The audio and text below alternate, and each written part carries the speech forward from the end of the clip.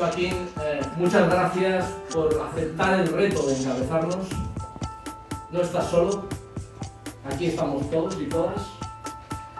Cuenta con nosotras y con nosotros para rescatar Zaragoza.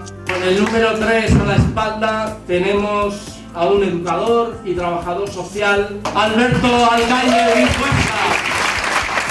Con el número 2, ella es la activista cultural y feminista, Cristina Marín Chávez. Tiene la preparación, la capacidad,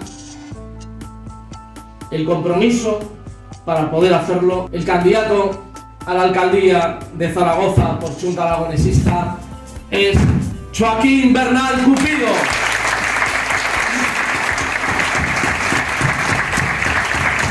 Y está claro que con la lista que encabeza Joaquín Bernal vamos a volver con ilusión, vamos a volver con ganas, vamos a volver con Rasmi y sobre todo con muchas ganas de trabajar. Yo creo que es ese orgullo chuntero, ese orgullo de ser lo que somos, nos hemos mantenido, hemos sido capaces de aguantar y ahora ya de resurgir con fuerza también en la ciudad y ha sido ese orgullo chuntero y creo que Joaquín Bernal lo representa fenomenal.